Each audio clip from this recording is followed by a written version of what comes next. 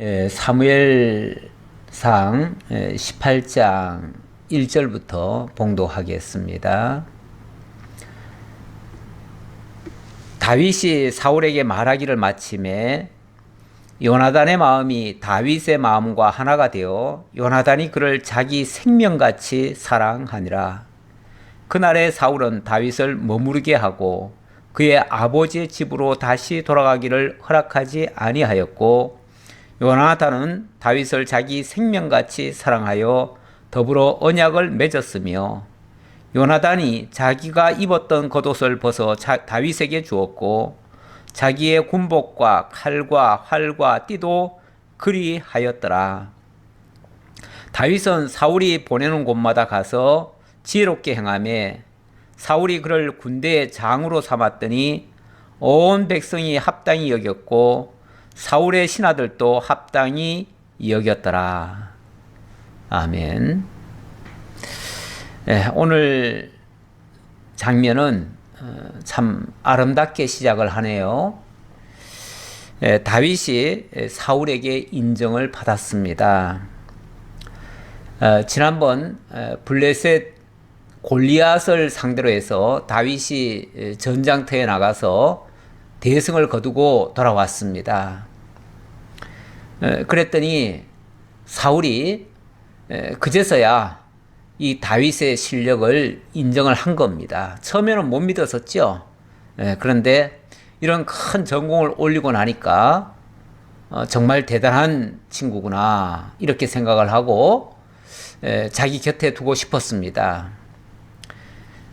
그래서 일단 그 다윗을 왕궁으로 불러가지고 누구의 아들인지 묻고요.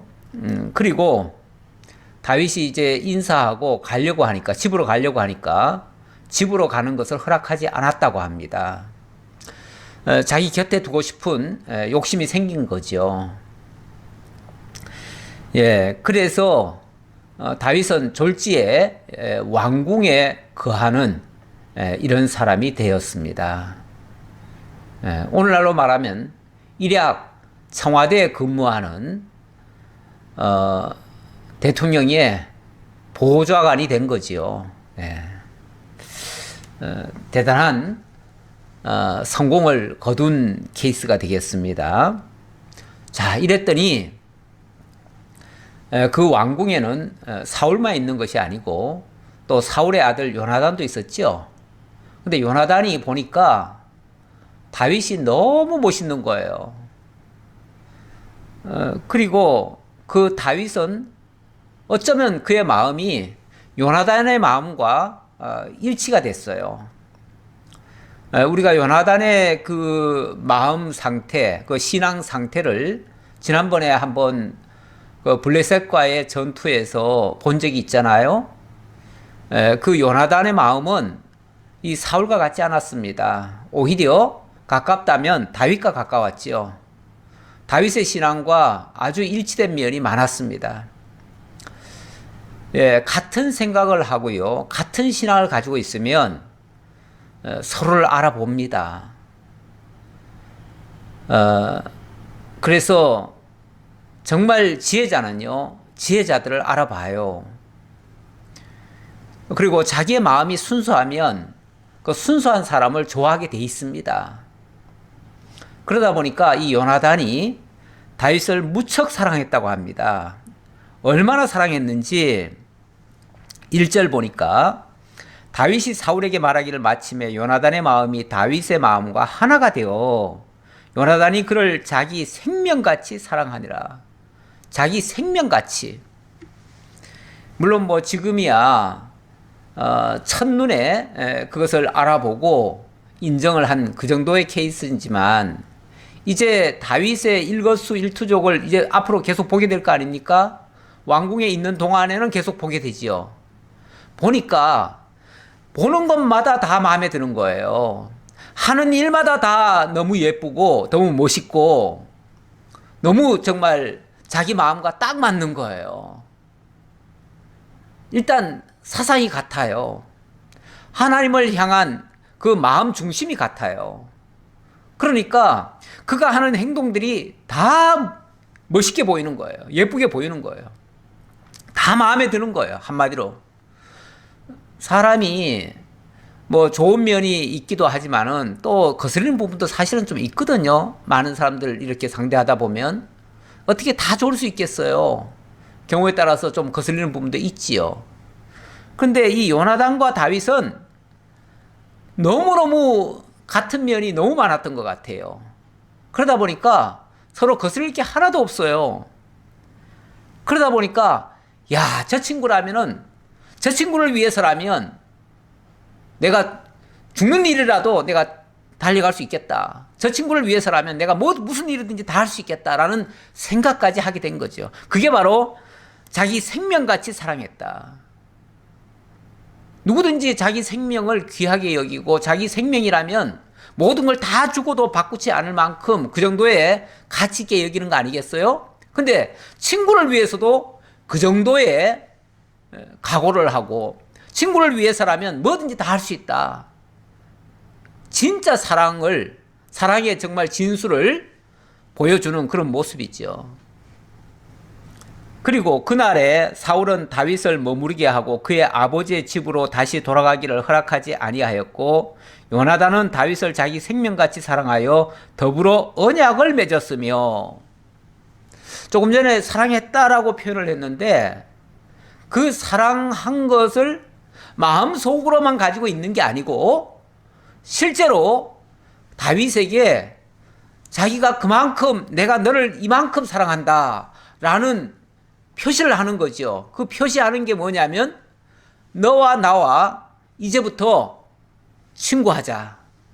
그리고 내가 너를 위해서라면은 내 무엇이든지 다 바치겠다. 사실 왕자가 하루아침에 얼마 전까지 목동에 불과했던 보잘것없는 한 소년을 향해서 이런 고백하기 쉽지 않습니다. 그런데 정말 이 요나단은 그 다윗의 사람됨과 하나님께 쓰임받는 이런 면을 너무나 잘 본 거예요. 잘 봤고 그게 너무나 진실하다는 걸 알았기 때문에 내가 너를 위해서라면 내 생명을 바쳐도 아깝지 않다. 정말 너는 나의 분신 정도가 아니라 뭐 분신이라고 해도 되겠지요. 자기처럼 자기를 사랑하는 것처럼 했다고 하니까요. 자기 생명같이 사랑했다고 하니까요. 그 정도의 사랑을 하게 됐다. 이 사랑 그러니까 남자 간에 무슨 사랑이냐. 어떤 사람들은 또 이 다윗과 요나단도 서로 사랑했다. 이 동성 간에 사랑한 거 아니냐. 이렇게 또 말하는 사람이 있는데 그런 사랑은요. 육정적인 사랑. 그런 사랑은 에로스적인 사랑이죠. 근데 여기 말하는 이 친구 간에 정말 생명을 대신해 줄 만큼의 사랑, 이런 사랑은, 이 친구 간의 사랑, 이런 사랑은 필로스라고 그래요. 필로스. 아까 제가 육정적인 사랑을 에로스라고 그랬는데요. 육정적인 사랑은 일반적으로는 보통 남녀 간의 사랑이죠. 남녀 간의 사랑인데 그게 이제 조금 더 확대가 돼 가지고 동성 간에도 이렇게 좀 육체적인 사랑을 자꾸 논하는 경우가 많아요. 그런 것이 요즘 사실은 문제가 되고 있는 동성애지요. 동성애인데 이런 사랑이라면은 이거는 사실 제일 저급한 사랑입니다. 헬라어에서는 이 사랑에 대해서만큼은 아주 철저하게 구분을 합니다. 구분을 해서 물론 우리 번역상에는 전부 다 똑같은 사랑이에요. 사랑이지만 그러나 이 사랑이 그 내용 질적으로는 완전히 달라요. 어떻게 다르냐면 육정적인 사랑, 일단은 그 일반적으로 모든 사람들이 요즘 현대인들이 다 알고 있는 그 사랑은 육정적인 사랑인데 그 사랑은 사실은 최하급의 사랑이에요. 최하급의 사랑이고 그 다음에 사랑이 친구 간의 사랑입니다. 이걸 이제 우정이라고 보통 얘기를 하죠. 우정 얘기하는데 사실은 이거는 우정에서 한 단계 더 뛰어난 사랑이에요. 그래서 나중에 보면은 형제까지 느끼죠. 그래서 형제에는 그걸 뭐라고 그러냐, 스톨게라고 그래요. 스톨게. 예. 그러니까 에로스, 필로스, 필리아라고도 하고요. 필리아. 그 다음에 스톨게, 스톨게 사랑. 이거는 정말 형제라고 하면은 원래 그 의미가 같은 자궁에서 태어난 자. 그러니까 한 혈육이죠. 한 혈육이죠. 예. 그러니까 한 어머니에게서 태어난 자를 원래 형제라고 하는데, 지금 요나단과 다윗은 이 필로스를 넘어서 스톨게적인 그런 사랑까지 하는 거예요. 사실은 거기서 또 머무는 게 아니고, 그 다음 단계, 최고의 단계는 정말 그 상대를 위해서 자기의 모든 것을 다 희생하는 사랑. 아까 그랬잖아요. 자기 생명같이 사랑했다. 자기 생명같이 사랑했다는 말은 그가 만약에 위험에 처하면은 자기 생명을 내어줄 만큼 그 정도의 사랑을 했다 그러는데, 만약에 이것이 진짜 내어주는 사랑이라면 그 사랑을 뭐라고 그러냐면 아가페라고 그럽니다. 아가페. 이런 아가페적인 사랑은 보통 이제 세상에서는 부모가 자식을 위해서 자기를 대신 내어주는 경우가 가끔 있어요. 가끔 있기 때문에, 이건 부모의 사랑이 전적으로 다 그렇다는 얘기는 아닌데 가끔 그런 사람도 있어요. 그래서 이런 한쪽에서 일방적인 희생의 사랑이죠. 거기는 아무런 조건이 없어요. 상대가 잘하기 때문에 아니에요. 상대와는 상관없이 일방적으로 주는 사랑, 그런 사랑을 아가페라고 그러는데, 사실 이런 사랑은 하나님의 사랑이죠. 하나님이 우리를 사랑하셔서 독생자까지 희생시켜가면서까지 우리를 구원해내시는 그 사랑, 그 사랑을 보통 아가페라고 합니다. 그런데 지금 요나단이 이 다윗을 사랑한 것은 내용적으로 들어가면 정말 그 다윗이 위험에 처하면 자기 생명을 대신이라도 내어줄 만큼 그 정도의 사랑을 했었다. 그걸 하기 위해서 뭐까지 했냐면 언약까지 했다 그 말이죠. 언약이라고 하는 거는 물론 언약이라고도 표현되어 있지만 또 경우에 따라서는 이게 계약으로도 표현되어 있어요. 근데 보통 계약을 할 때는 어떻게 계약을 하냐면 짐승을 잡고 가운데를 자르면서 서로 약속을 하는 겁니다. 약속을 하면서 뭐라고 그러냐면은 만약의 경우 이 언약이 파기될 때는 이 짐승이 쪼개지는 것처럼 완전히 너는 끝장날 거다, 이런 식의 어떤 계약까지 하는 경우가 있는데, 이 언약적 사랑이라고 하는 거는 절대 깨어줄 수 없는 사랑을 얘기하는 거예요.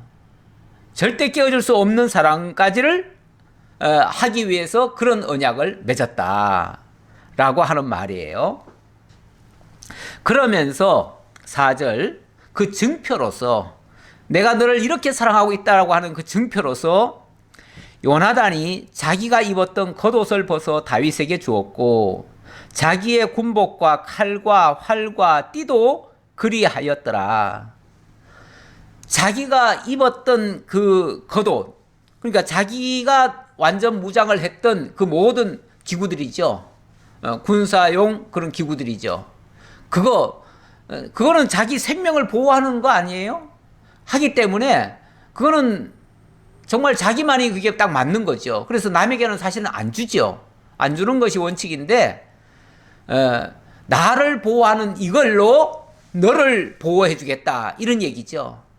그게 이제 사랑의 발로입니다.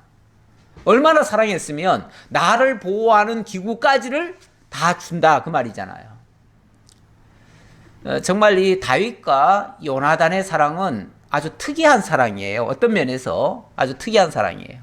이런 사랑 쉽게 사람들 간에 잘 하지 못합니다. 얼마나 사랑했는지 이후에도 이런 이야기, 다윗이 요나단을 사랑하고 요나단이 다윗을 사랑했다는 말을 성경 몇 군데서 계속 나오는데, 제가 한 군데를 더 볼게요. 그 20장 17절에 보면 다윗에 대한 요나단의 사랑이 그를 다시 맹세하게 했으니 이는 자기 생명을 사랑한 같이 그를 사랑함이었더라. 다윗이 위기에 처했을 때, 사실 그 위기에 처했을 때는 우리가 평소에는 그 약속을 찰떡같이 해놓고도 위기에 도달하면은 자기가 도망갑니다. 이런 예가 많아요. 그런데 이 요나단은 이 다윗에 대한 그 사랑을 아무리 위기 상황에서도 변치 아니하고 그걸 지키면서 정말 자기 생명을 사랑한 같이 그를 사랑했다는 거예요. 그리고 그 요나단이 나중에 갑자기 죽습니다. 죽을 때에 그 전쟁터에 나가서 죽지요. 그랬을 때에 이 다윗이 요나단에 대해서 뭐라고 얘기를 하냐면 사무엘하 1장 26절인데요.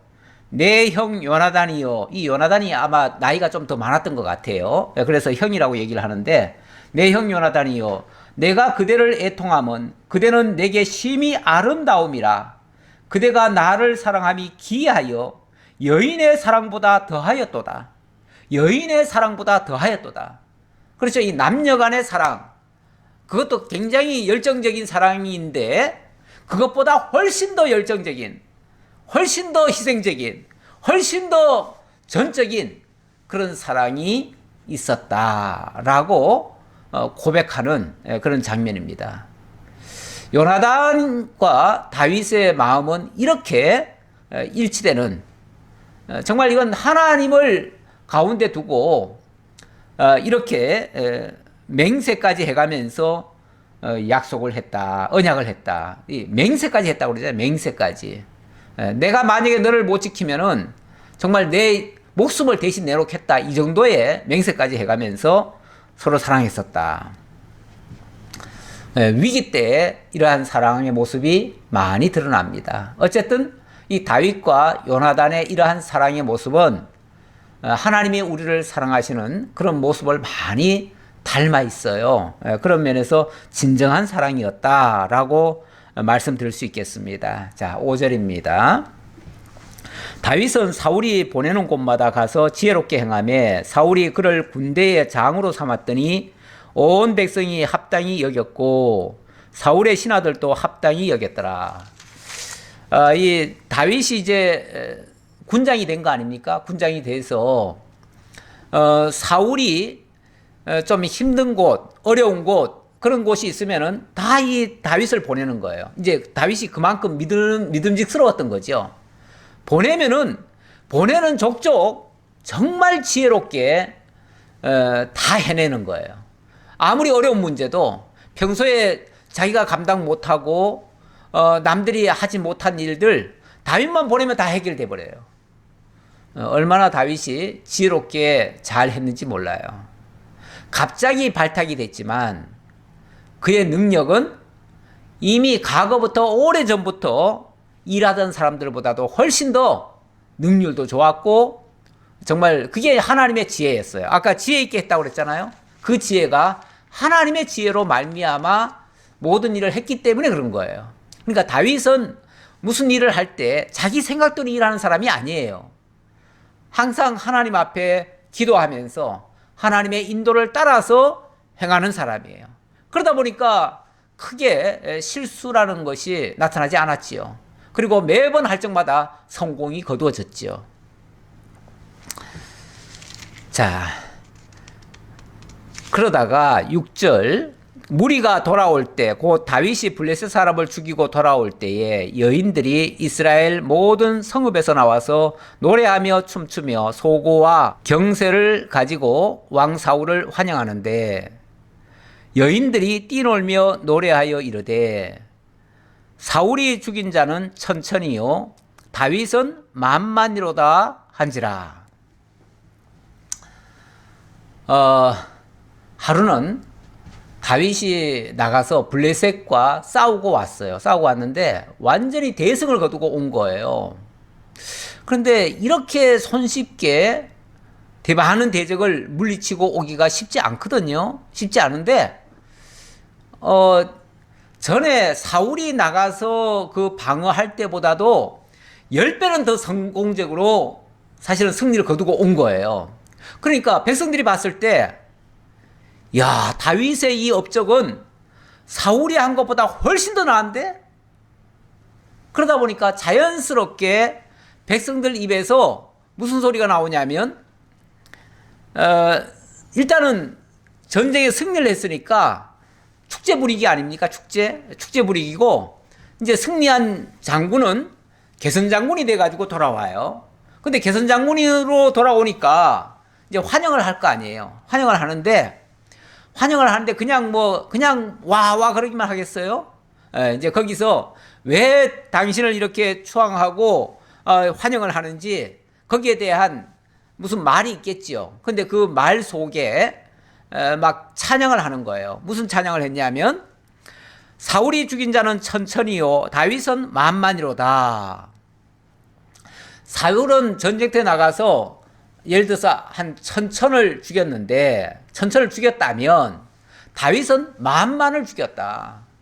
이 말은 10배나 더 많은 전공을 올렸다 그 말이죠. 다윗보다도 사울보다도 10배는 더 전공을 올렸다. 지금 그 얘기를 하는 거예요. 그런데 어쨌든 다윗은 뭐 그 사실이니까요. 사실이니까 그렇게 찬양을 할 수 있는데 문제는 인간이 너무 인간을 찬양해버리면요. 여기에는 큰 화가 나올 수가 있어요. 그래서 인간은 가능하면은 인간은 너무 찬양하는 게 아니에요.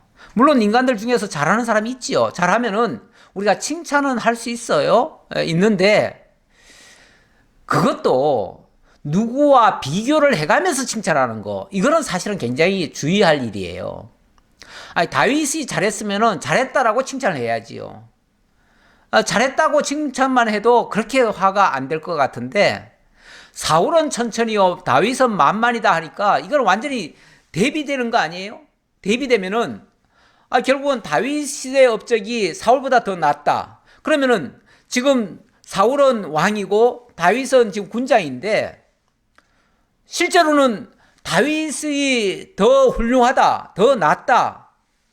그 얘기 아니에요?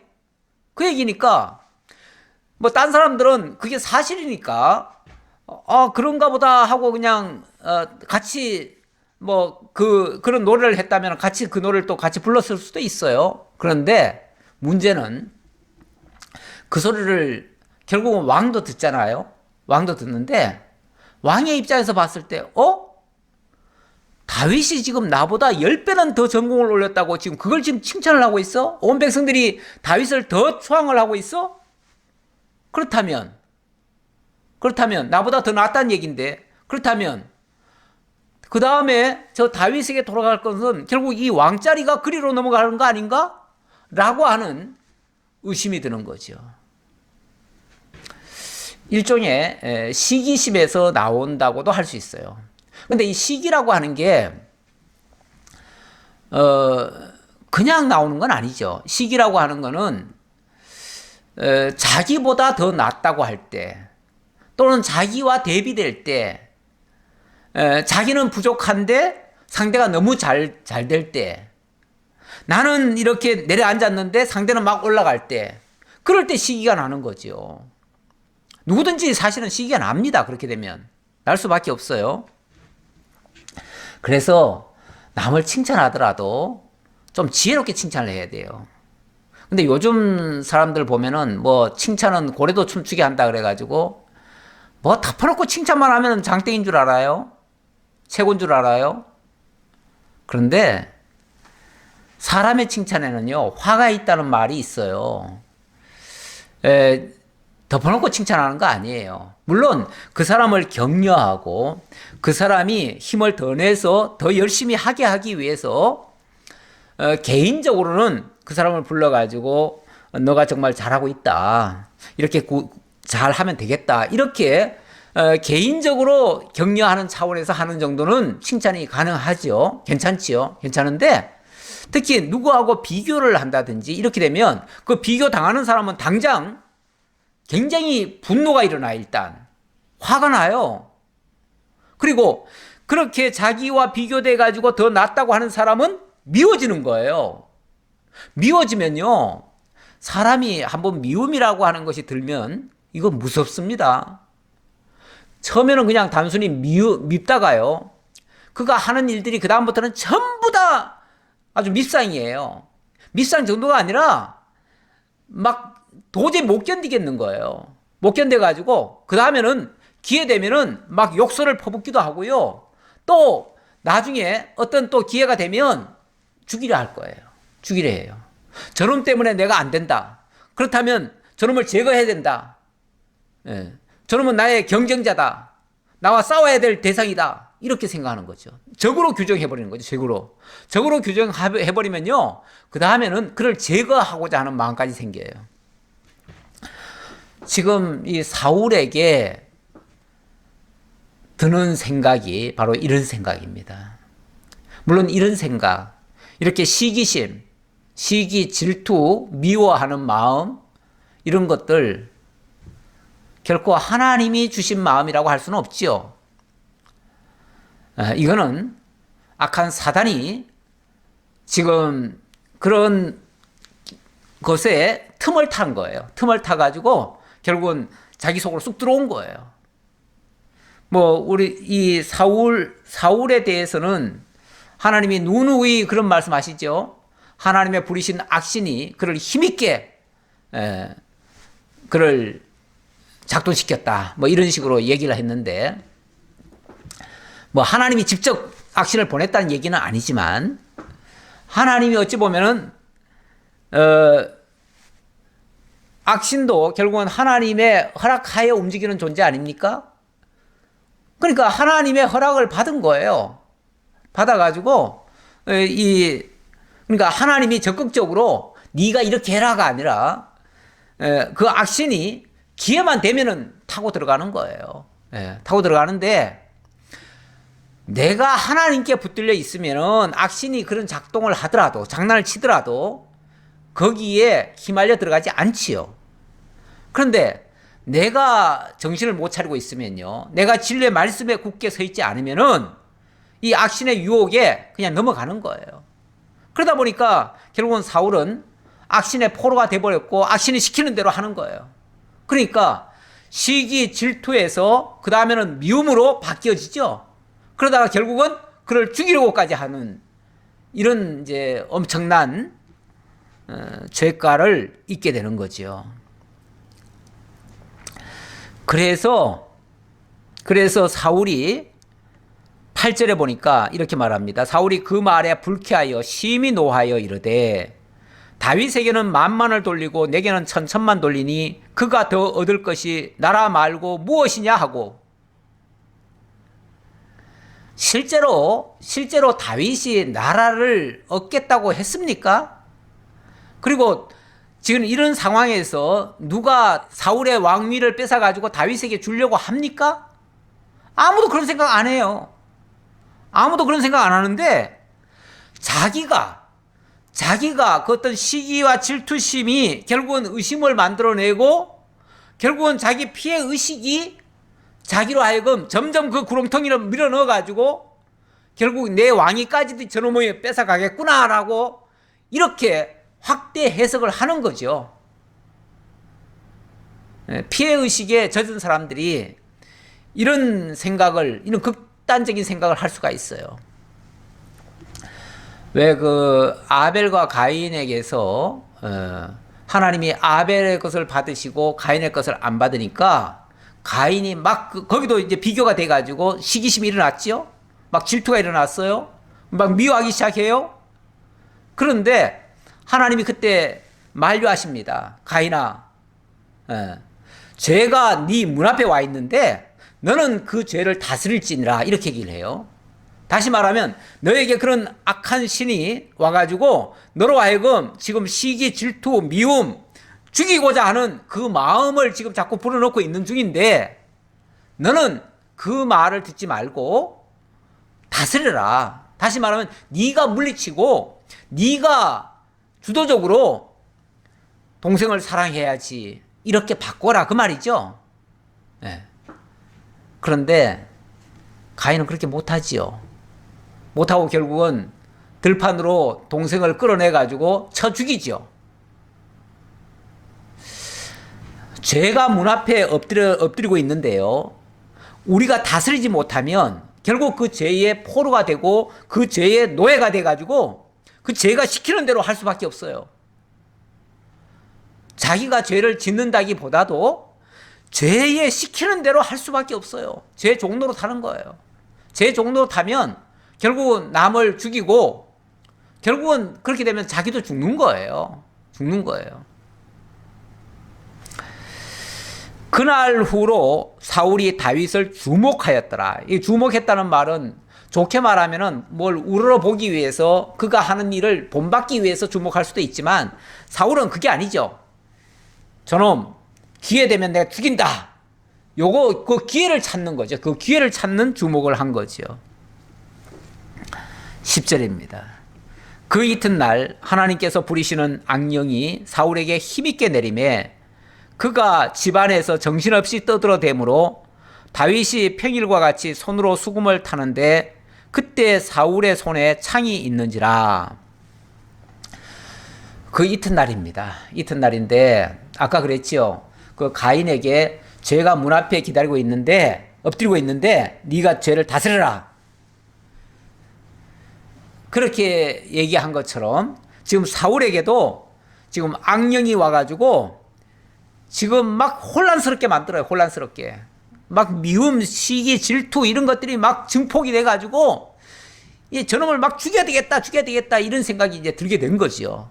그것 때문에 집안에서 정신없이 떠들어댔대요. 집안에서 정신없이 떠들어댔대요. 이거 막 머리를 혼란스럽게 만드는 거죠. 혼란스럽게. 예, 원래 악령이 침투에 들어오면요, 이 머리가 흐트러져 버립니다. 정돈이 안 돼요. 쉽게 말하면 올바른 분별을 할 수가 없어요. 그러니까 막 나중에는 시키는 대로. 그래서 왜 가끔 그 정신질환자들이 아주 충격적인 일을 하지요.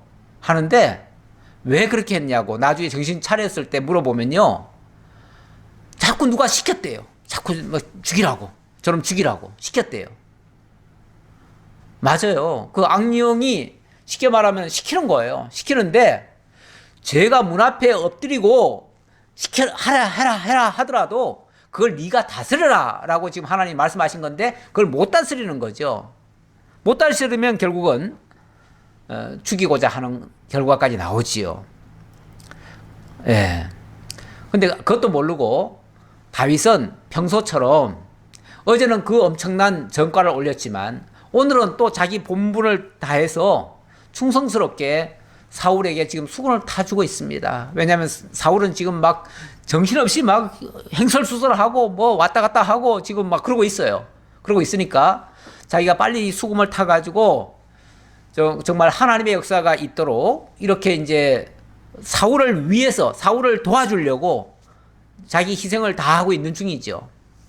그런데 사울 옆에는 창이 있었습니다. 손에는 창이 들렸어요. 그리고 이렇게 말합니다. 그가 스스로 이르기를 내가 다윗을 벽에 박으리라 하고 사울이 그 창을 던졌으나 다윗이 그의 앞에서 2번 피하였더라. 참 다윗은 엄청나게 참 민첩한 거예요. 민첩해요. 사울도 사실은 장군 아닙니까? 장군 출신 아닙니까? 예. 그러니까 군인 출신이기 때문에 무기 쓰는 거는 뭐 두말할 나위 없이 잘합니다. 그러니 아마 그가 창을 던지면은 뭐 백발백중이었을 거예요. 그동안은. 그런데 그걸 던지는 순간 다윗이 정말 수금 타고 있다 말고 순간적으로 피하는 거죠. 순간적으로 피했을까? 아니면 하나님께서 피하게 하셨을까? 뭐 하나님의 보호하심이 있었다고 봐야겠죠. 아니, 사울이 그거 하나 못 맞추겠어요? 그 멀리 있는 것도 아니고 앞에 있는 건데 앞에 있는 사람 창으로 던지면 바로 그냥 즉사하지요. 즉사하는데 그 순간을 정말 하나님께서 피하게 했다는 거죠. 아마 뭐 수금 타다가 고개를 이렇게 돌리는 순간 옆으로 싹 지나갔을 수도 있어요. 예. 근데 자기가 돌리려고 돌린 게 아니라 무슨 악기 연주하다 보면 자꾸 자기 흥에 이렇게 움직이잖아요, 몸을. 움직이는데 아마 그렇게 움직였을 수도 있겠죠. 네. 결국은 하나님의 보호하심이 있었다는 걸 제가 말씀드리려고 이 얘기까지 하는 겁니다. 네. 그런데 이러기를 무려 한 번만 한 게 아니고 2번이나 던졌대요. 2번 던졌는데 2번 다 다윗이 피했대요. 네. 여호와께서 사울을 떠나 다윗과 함께 계심으로 사울이 그를 두려워한지라. 그러니까 이 사울이 더 두려운 거예요. 야, 지금 저 다윗은 하나님이 함께 하시는구나. 이걸 직감적으로 느껴요. 왜? 자기가 분명히 조준해서 던졌는데 다윗이 지금 피했거든요. 자기는 죽으라고 던졌는데 다윗은 정말 피하려고 피한 게 아니라 그냥 피해진 거예요. 그랬으니 이거는 하나님의 보호하심이 아니고서야 어떻게 피하겠어요. 그것도 한 번도 아니고 두 번씩이나 던졌는데 두 번 다 피했어요. 이건 하나님이 보호하고 있구나 라고 생각하니까 내가 함부로 죽이려고 해도 안 죽겠구나 이 생각이 드니까 더 겁이 나는 거예요. 더. 내가 누구를 미워하고 미워하는 사람이 해를 받으면은 정말 고소하고 좋아할 텐데, 다행이다 생각할 텐데, 내가 미워하고 내가 죽이려 하는 사람이 오히려 더 잘 돼요. 그럼 난 더 두렵지요. 그 사람이 오히려 더 잘 돼요. 뭐든지 하면은 다 돼요. 그러면 나는 완전히 공포죠, 이제 공포. 야, 저 사람 죽일 수도 없구나. 예. 예, 그런 두려움이 더 엄습했다 그 말이죠. 그러므로 사울이 그를 자기 곁에서 떠나게 하고 그를 천부장으로 삼음에 그가 백성 앞에 출입하며, 예, 그래서 다윗이 내 곁에 있다가는 결국 내가 죽일 수밖에 없고, 그러면은 나도 안 되겠고 저 다윗도 안 되겠고, 그리고 다윗도 지금 어찌 보면 하나님이 함께 하시는데 내가 함부로 죽일 수도 없고, 그러니까 안 되겠다. 차라리 멀리 보내자. 그래가지고 그냥 가라고 할 수는 없잖아요. 물론 그냥 가라고 해도 되지요. 되는데 자기 영향력 아래에 놔두면서 좀 멀리 떨궈 놓는 것이 좋지요. 원래 이 정적들을요, 아예 내쫓아 버리면은 그 정적이 자기에게 화살을 돌립니다. 그러면은 안 돼요. 그래서 정적들을 제거할 때도 원래 세상에서도요, 정적들 제거할 때 멀리 내보내는 게 아니라 자기 영향력 아래에 두면서 자기가 감시할 수 있는 정도, 그 정도에다가 둡니다. 그래서 어떤 상황이든지 관리할 수 있도록, 딴짓 못하도록, 지켜보도록 이렇게 하는 거죠. 그래서 천부장이라고 하는 직함을 주어서 어느 일정한 장소에 보내가지고 거기서 그 역할을 하도록 이렇게 한 거예요. 했는데 만약에 다윗이 인간적인 감정으로 이것을 받았다면요, 사울이 나를 죽이려고 하는데 내가 사울 일을 왜 해? 난 지금부터 사울 안 도와줄 거야. 나는 이제 사울하고 끝이야. 그리고 아마 집으로 가버리고, 그리고 아예 그 일을 할 생각도 안 할 거예요. 그런데 다윗은 정말 중심으로 그런 마음이, 사울에 대해서 미운 마음도 없고요, 사울을 대적하고 싶은 마음도 하나도 없어요. 그러니까 사울이 그렇게 하든 말든 나는 내 일을 한다, 내 일에 충성한다 해가지고 자기가 그 천부장의 일을 아주 충실히 잘 하는 거예요. 충성스럽게 하는 거예요. 변함없이. 뭐 사울은 자기를 미워하고 죽이려 할지언정 나는 왕의 신하로서 나는 충성을 다합니다, 이러면서 충성을 다하는 거예요. 그게 이제 14절 모습이죠. 다윗이 그의 모든 일을 지혜롭게 행하니라. 여호와께서 그와 함께 계시니라. 사울은 다윗이 크게 지혜롭게 행함을 보고 그를 두려워하였으나, 그런데 아까 그랬지요. 이 대적이, 자기가 미워하는 자가 안 되면 좋겠는데, 그래서 망하면 좋겠는데 잘 돼요. 오히려 더 잘 돼요. 더 잘 되면 두려움이 더 있다고요. 뿐만 아니라 무슨 일을 시켰는데, 그 힘든 일을 시켰는데 힘든 일을 더 잘 해내고 있어요. 그러면은 자기는 더 미워 죽겠는데 그 상대는 더 잘 되는 거예요. 그러니까 백성들한테는 더 인기가 올라가요. 내가 미워할수록 백성들은 더 잘 되는 거예요. 더 좋아하는 거예요. 더 좋아. 이거는 오히려요, 자기가 가만 내버려두면 그렇게 하지 않을 것을 자기가 그렇게 나오는 바람에 상대를 더 키워주는 꼴이 되는 거예요. 이거는 정말 지혜롭지 못한 모습이죠. 세상에서도 그래서요, 뭐 옛말에 그런 말이 있잖아요. 미운 놈은 미워하지 말고 떡을 한 개 더 주라고요. 차라리 좋은 걸 주면요, 그거 먹고 떨어질 수도 있어요. 그런데 그 미운 놈 자꾸 갈구면요, 그 미운 놈이 더 잘 되는 수가 있어요.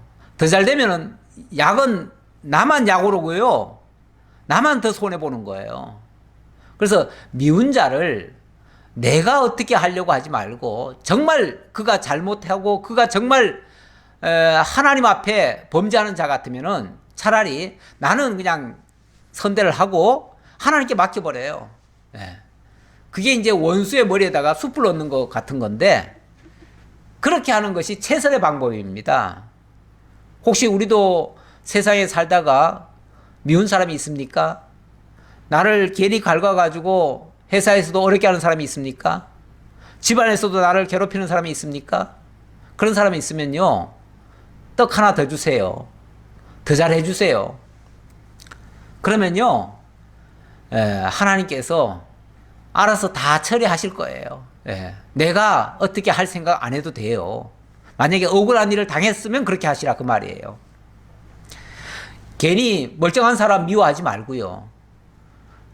미워한다는 것은 우리 성경상으로 보면요, 그 예수님이 그런 표현을 했지요. 미워하는 자는 이미 살인하였느니라. 이 미워한다는 거는요, 굉장히 안 좋은 거예요. 사람이 미워진다? 사람이 정말 꼴보기 싫어진다? 이거는요, 그 사람 문제가 아니고요, 미워하는 내가 악한 거예요.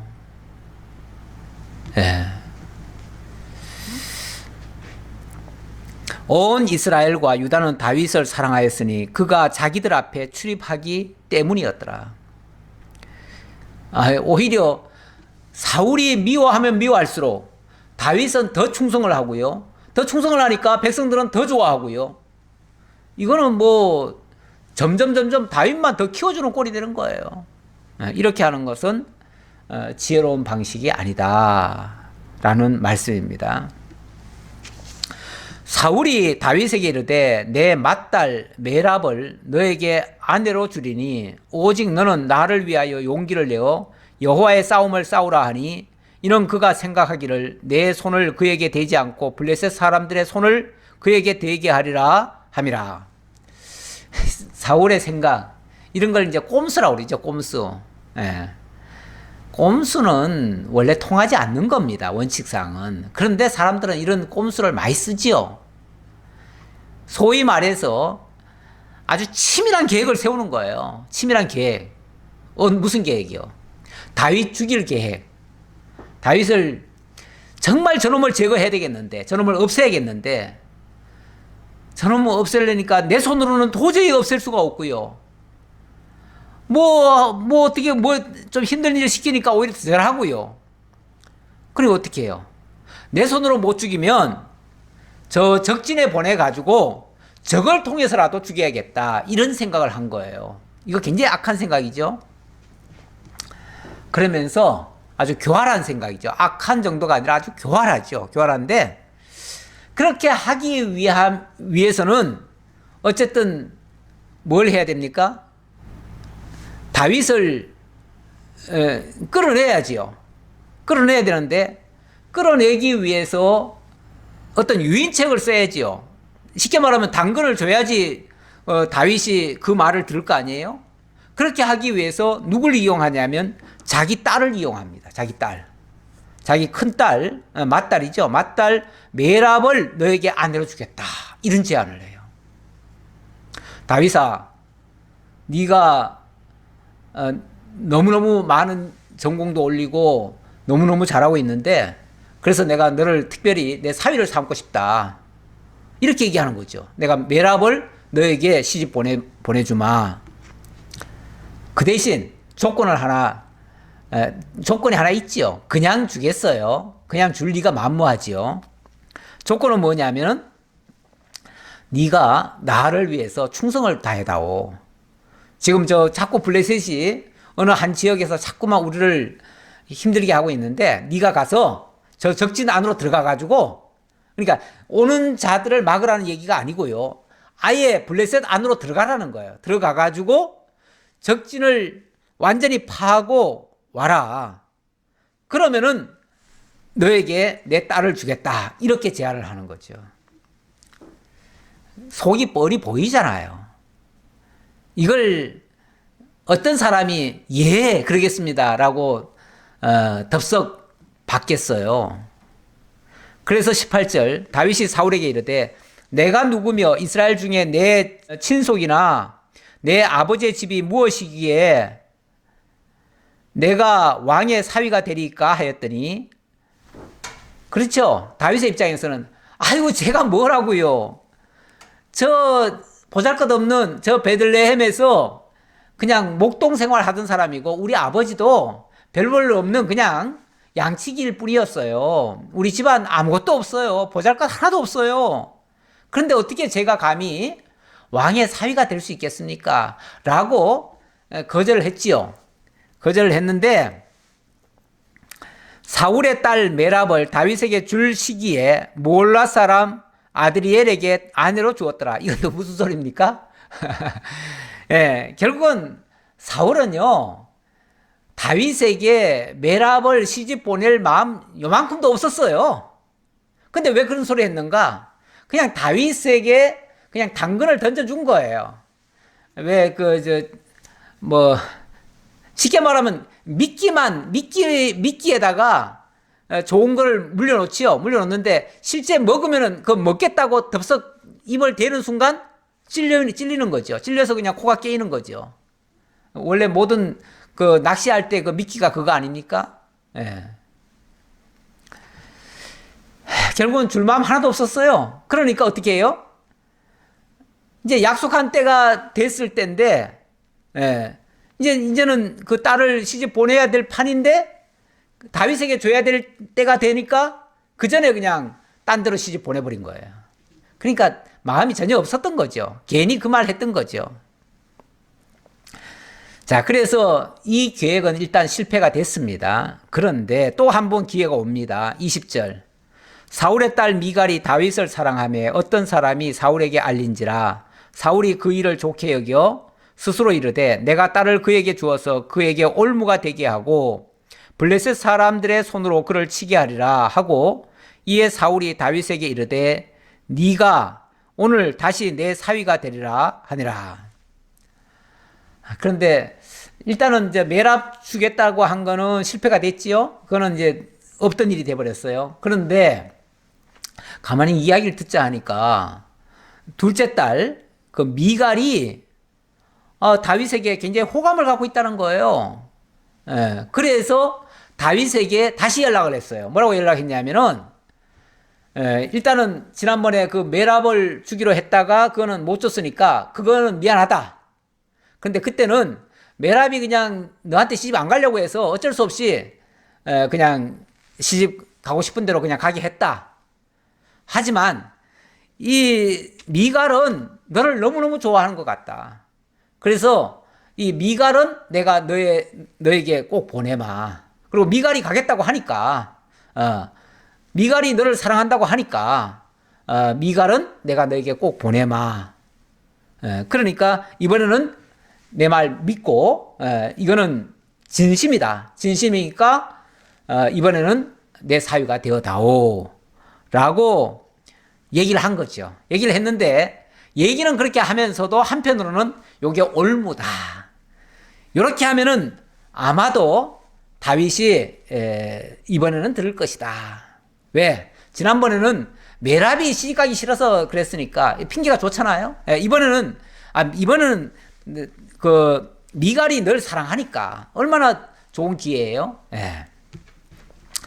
그랬는데 아마도 다윗이 이번에도 시큰둥한 것 같아요.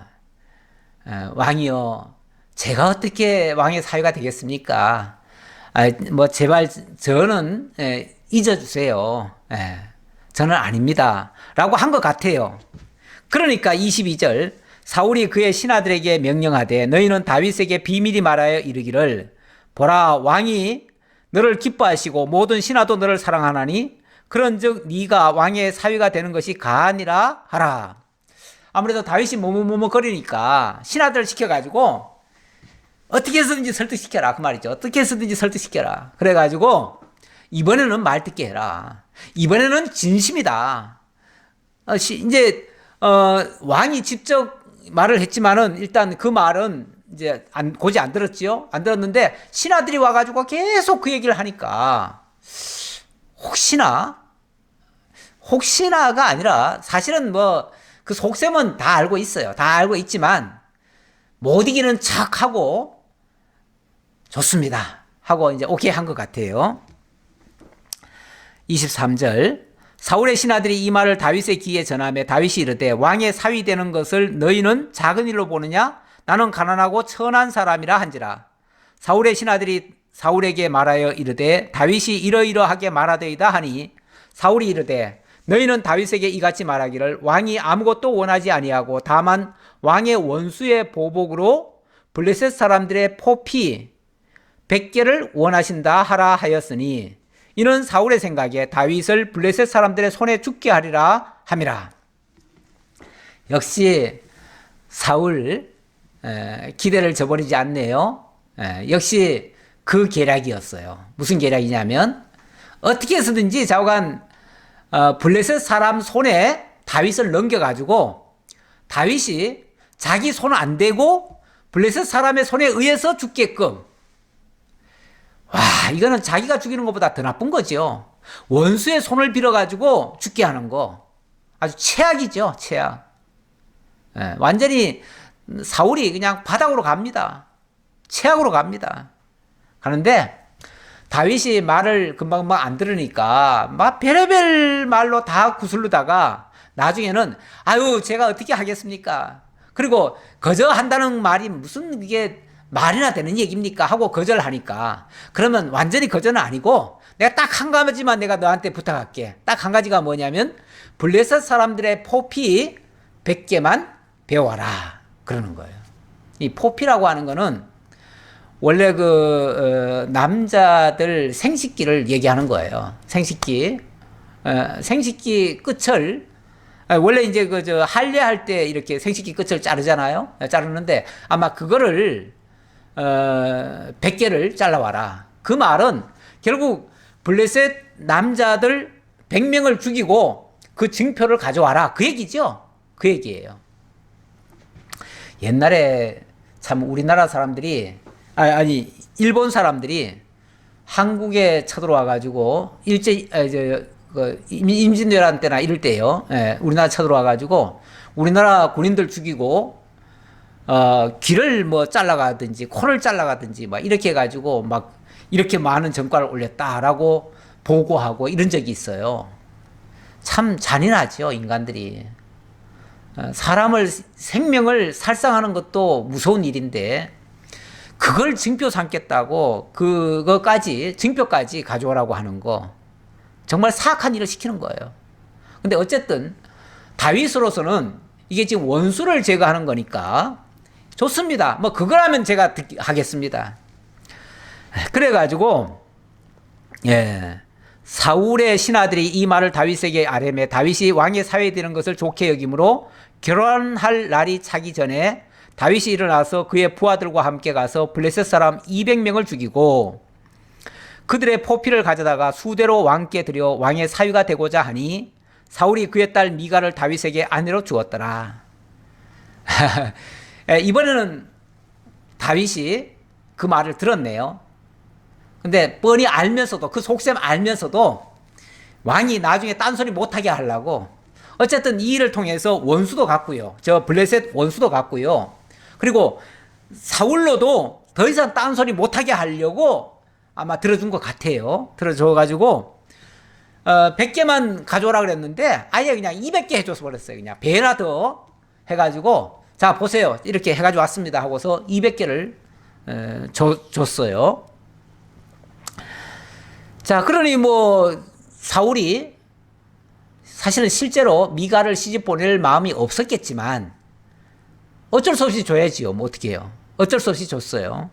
그래서 결혼을 했어요.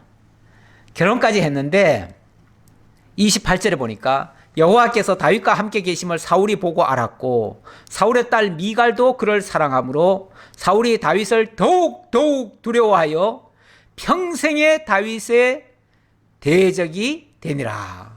평생의 다윗의 대적이 되니라. 야, 이건 참 어찌해야 될까요? 어찌하긴 뭘 어찌해요. 가만히 있어야죠. 악한 생각이 들면요, 뭘 할 생각을 하면 안 됩니다. 아무것도 할 생각하면 안 됩니다. 다 내려놔야 됩니다. 그리고 나는 지금부터 아무것도 안 하겠다. 차라리 하나님 앞에 하나님, 저 아무것도 안 하겠습니다. 이게 오히려 사울로서는요, 피할 수 있는 유일한 방법 중에 하나예요. 그리고 하나님, 제게 은혜를 주옵소서. 하나님 앞에 그것만 구하는 게 회개하면서 하나님의 은혜를 구하면서 아무것도 안 하는 게 그나마 차선책이죠. 차선책. 상책이야 뭐 하나님 앞에 완전히 돌아오는 게 제 상책이지만 그건 현실적으로 쉽지 않고요. 그러면은 악한 생각이 들 때는요, 우선 아무것도 안 하는 게 좋아요. 사람이요, 자기 정신이 없거나 뭐 막 자기가 자기를 제어 못할 때는요, 사실은 아무것도 안 해야 됩니다. 안 해야 되는데 근데 참 사람이 참 미련하기도 해요. 고집 쓰기도 하고요. 자기는 늘 옳다고 또 자기에게는 왜 그렇게 후하게 점수를 주는지 모르겠어요. 그러다 보니까 자기는 옳은 줄 알고 그냥 계속 하는 거예요. 계속 하는데 그게 결국은 자기를 망치는 일이죠. 이렇게 해서 참 오늘도 사울은 큰 실수만을 연발하고 있네요. 근데 이 사울의 실수가 오히려 자기가 적으로 여기는 이 다윗은 더 좋게 하고 더 잘되게 하는 이런 결과가 나와요. 그러니까 차라리 안 하는 것이 오히려 더 나을 수도 있다라는 그런 결론이 나옵니다. 기도하겠습니다. 아버지 하나님 감사합니다.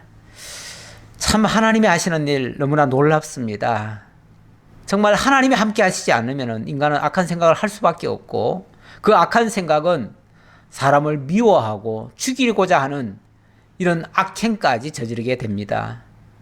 아버지 하나님, 가인에게 하셨던 말씀처럼 죄가 문 앞에 엎드리고 있으나 너는 죄를 다스릴지니라 하신 말씀처럼 악한 생각이 들거나 미운 마음이 들거나 뭔가 바른 생각이 들지 않을 때는 정말 모든 것을 내려놓고 정말 하나님 앞에 회개하는 그러한 자들이 될지언정 미련하게 행동하지 않도록 주님께서 인도하시고 늘 주의 말씀에 창념해서 어떤 경우에도 악령에게 지배당하는 그런 일 없도록 주님께서 함께해 주옵소서.